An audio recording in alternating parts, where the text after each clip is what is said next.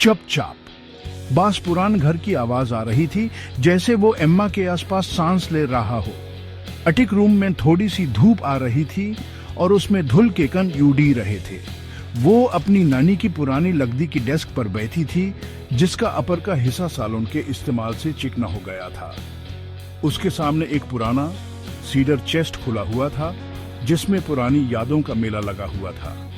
Emma ने एक photo उठाई, जिसके किनारे घिस गए थे और रंग फीके बैठ गए थे। उसमें दो मुस्कुराते हुए चेहरे थे, जवान और जिंदगी से भरे हुए, जो उसे देख रहे थे। एक याद खटी मीठी और पल भर में गायब होने वाली उसके जहन में एक झलक दिखाकर चली गई। जैसे ही उसने फोटो वापस चेस्ट में रखा, उसकी उंगलियां किसी और चीज से टकराई। वो एक लिफाफा था, सालों से पीला पड़ गया था, और जहां से उस बार बार खोला और बैंड किया गया था, वहां से सिकुड़ गया था। स्याही फीकी पड़ गई थी, लेकिन वो अब भी अपना नाम लिफाफे पर देख सकती थी, वो हैंडराइटिंग जिसे वो कहीं भी पहचान लेती। उसका दिल जोर जोर से धड़क रहा था। एटिक रूम की खामोशी में एक नगदा बजा रहा था जब वो धीरे से लिफाफे को चेस्ट से उठा रही थी। वो सोच रही थी कि लिफाफा उससे कहीं ज्यादा हल्का था, जैसे समय ने धीरे धीरे उसकी जान निकाल ली हो और सिर्फ एक हल्की सी झलक छोड़ दी हो। अपनी सांस रोककर उसने धीरे से सील को खोला। उसकी उंगलियां हल्के से कांप रही थी। जैसे ही उसने लेटर खोला, पुराने कागज की खुशबू हल्की लेकिन जानी पहचानी उसके पास आई और अपने साथ यादों की बौछार लाई। हैंडराइटिंग जो कभी स्ट्रांग और बोल्ड थी, अब हल्की और फीकी थी, लेकिन वो शब्द इतने सालों बाद भी अब भी उसके दिल में दर्द दे सकते थे। माय डियरेस्ट एमा, ये लिखा हुआ था। हर शब्द उस आवाज की फिर से याद दिला रहा था जिसे वो भूल चुकी थी।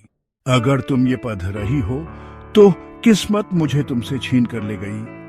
हर शब्द कांच के टुकड़े की तरह था, तेज और चुभने वाला, उसके धीरज के पर्दे को चीरता हुआ। यादें साफ और खटी मीठी उसके दिमाग में छा गई। वो उसका चेहरा फिर से देख सकती थी, बिल्कुल साफ, जैसे वो उसके सामने खड़ा हो। उसकी आंखें गर्म शहद के रंग की किनारों से सिकुड़ी हुई जब वो मुस्कुराता था। वो याद कर सकती थी कि जब वो उसका हाथ पकड़ता था तो कैसा महसूस होता था, मजबूत और भरोसा देने वाला। और उसकी हंसी एक गहरी गूंजती हुई आवाज जो उसकी दुनिया को खुशी से भर देती थी। यह एक ऐसा प्यार था जिसके बारे में कवि लिखते हैं और सिंगर गाते हैं। वो एक आम सी जगह पर मिले थे, एक भारी हुई बुक स्टोर में, एक बारिश वाले सैटरडे की दोपहर में, लेकिन एम्मा के लिए यह जादू जैसा था। उसके शब्द उस पर बरसते रहे, हर एक अनमोल खजाना जिसे उसने हमेशा के लिए खोया हुआ समझा था। Don't mourn me my love, remember the joy, remember the laughter, remember the life we built together. और एम्मा ने याद किया, उसने उनके पहले डेट को याद किया, पार्क में एक पिकनिक जो अचानक बारिश में भीग गया था और दोनों हंसते हुए भाग रहे थे बकने के लिए। उसने उन घंटों को याद किया जो उन्होंने साथ में बिताए थे, बात करते हुए, हंसते हुए, अपने सपने और दार बांटे हुए। उसने उस तरह को याद किया जिस तरह वो उसे देखता था, जैसे वो दुनिया की अकेला लड़की थी। उसने उस दिन को याद किया जब वो घुटनों के बल बैठा था और उसे शादी के लिए पूछा था और खुशी की लहरें उसके अंदर दौड़ गई थी जब उसने धीरे से कहा था, यस, मैं हमेशा तुमसे प्यार करूंगा, चाहे मैं चला भी जाऊं। ये शब्द कठोर और आखिरी उनके बीच हवा में लटके हुए थे, उनके प्यार की एक साफ याद जो उन्होंने साझा था और वो फ्यूचर जो उनका कभी नहीं हो सकता था।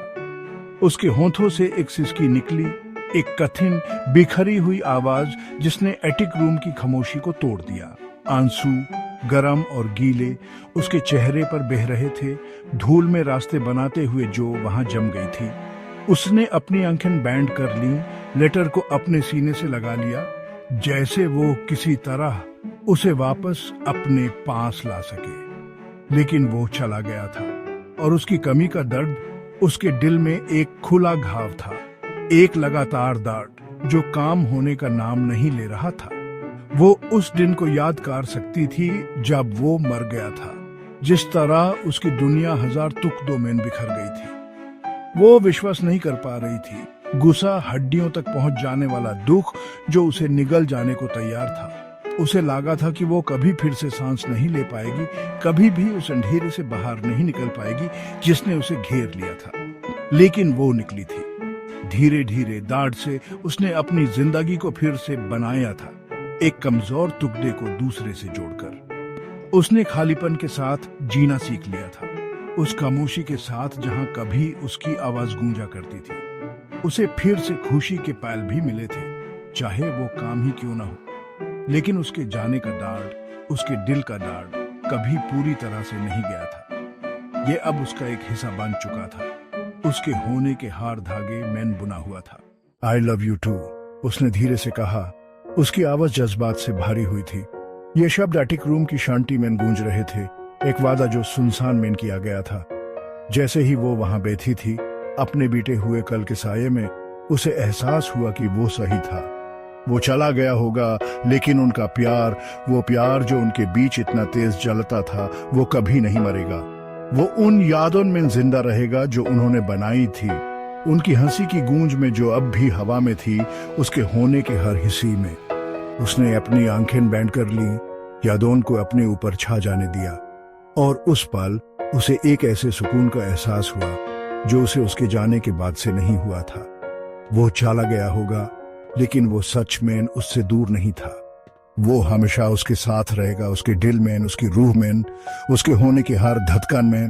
वो चला गया था, लेकिन वो जानती थी, एक ऐसे विश्वास के साथ जो शब्दों से पारे था, कि उसे कभी भुलाया नहीं जाएगा।